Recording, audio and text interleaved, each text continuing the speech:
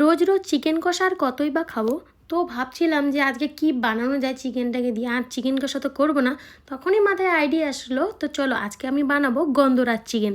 তার জন্য দেখি চিকেনটাকে ভালোভাবে পরিষ্কার করে নিয়েছি। তারপর নিয়ে নিলাম 2 চামচ পেঁয়াজ বাটা আর 2 চামচ কাঁচা লঙ্কা আদা রসুন বাটা আর 1 চামচ দিয়ে নিলাম গোলমরিচের গুঁড়ো। আর এখানে একটা নিয়ে নিয়েছি গন্ধরাজ লেবু। গন্ধরাজ লেবুর খোসাগুলো এরমভাবে আমি ছাড়িয়ে নেব।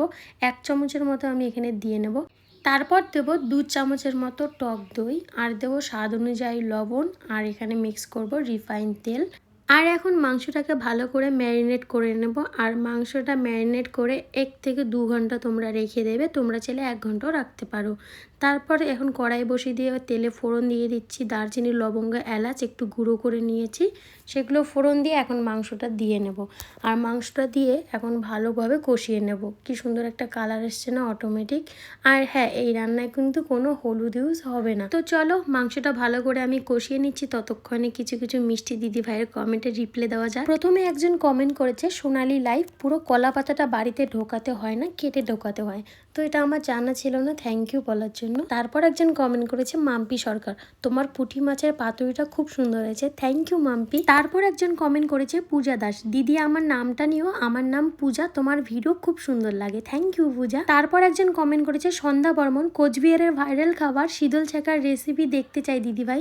দেখো কলকাতা এদিকে শীতল ছাকা পাওয়া যায় না, তাই আমি সেই রেসিপি দিতে পারবো না। তবে হ্যাঁ, কোচবিহারে গিয়ে যদি আমি শীতল ছাকা পাই তাহলে অবশ্যই সেই রেসিপি আমি শেয়ার করব। আর এদিকে আমার মাংস কষানো হয়ে গেছে। আর এখন মশলার বাটি থেকে একটু জল দিয়ে নেব। আর হ্যাঁ, জলটা পরিমাণ মতো দিয়ে আধ ঘন্টার মতো আবার ঢেকে দেব। আর গ্যাসের ফ্লেমটা কিন্তু অবশ্যই লো রাখতে হবে। আর এখন ঢাকনা খুলে কি সুন্দর একটা স্মেল বেরোচ্ছিল গন্ধরাজ লেবুর। আর এখন আমি উপর থেকে দিয়ে নেব হচ্ছে 3টে কাঁচা লঙ্কা, 2টে লেবু পাতা আর 2 পিস গন্ধরাজ লেবু আর 1 চামচ বাটার দিয়ে নেব।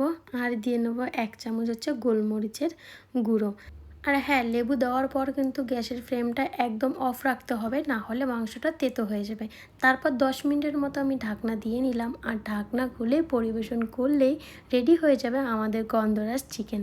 অবশ্যই একবার বাড়িতে ট্রাই করে দেখো।